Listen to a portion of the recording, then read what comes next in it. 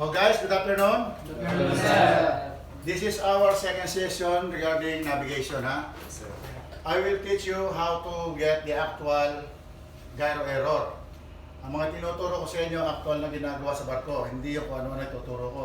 Ito actual namin ginagawa sa barko nung kami nagsiservisyo pa ni sir sa labas.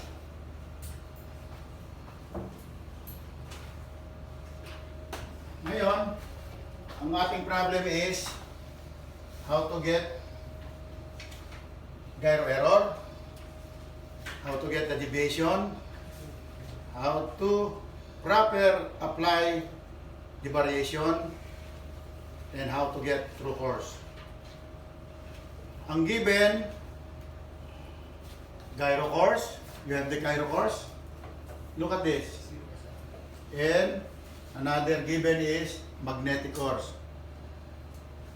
And the variation, of course, you can get from the chart, which is the chart we are using on this location. Okay. Sir, 3 minuto lang. Okay, sir. Wala pa, sir. May clip. Compass error, take note. Is the numerical difference, sabihin niyo kung mabilis ang mabagal, ha? Between variation and deviation. Second, Sir, ito po, between ano po yun, sir? between variation and deviation.